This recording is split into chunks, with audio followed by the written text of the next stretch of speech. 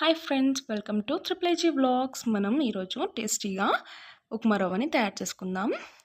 దానికి కావాల్సిన పదార్థాలు: పోపు దినుసులు, ఆనియన్, క్యారెట్, పచ్చిమిర్చి, టొమాటోస్, పల్లీలు, కరివేపాకు. ఒక గ్లాస్ రవ్వకి 2 గ్లాసులు ఆఫ్ వాటర్ని తీసుకుందాం. కడాయి ఎక్కించేసుకొని కడాయి కూడా వేడయ్యాక మనకి 2 టేబుల్ స్పూన్స్ ఆఫ్ ఆయిల్ వేసుకుందాం.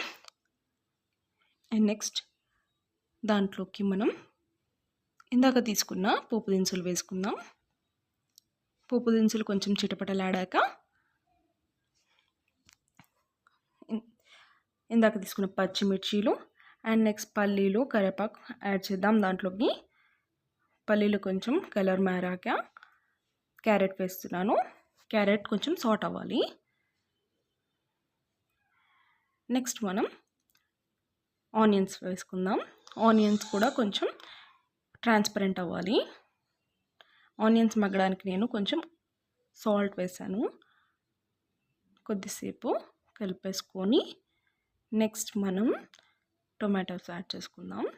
టొమాటోస్ మగ్గడానికి కొంచెం టైం పడుతుంది కదా, అందుకోసం నేను లిడ్ పెట్టుకున్నాను. ఇలా పెట్టుకుంటే తొందరగా మగ్గుతాయి టొమాటోస్. ఒక 2 మినిట్స్ తర్వాతకి లిడ్ తీద్దాం.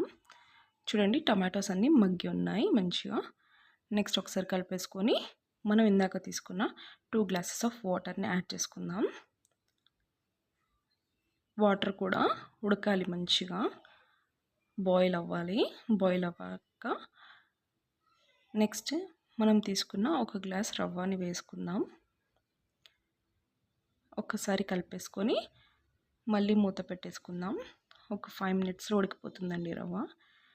వాటర్ అన్నీ పీల్చేసుకుంటాయి మనం ఓపెన్ చేయగానే. ఈ స్టేజ్లో మనం ఫ్లేమ్ ఆఫ్ చేసుకుందాం.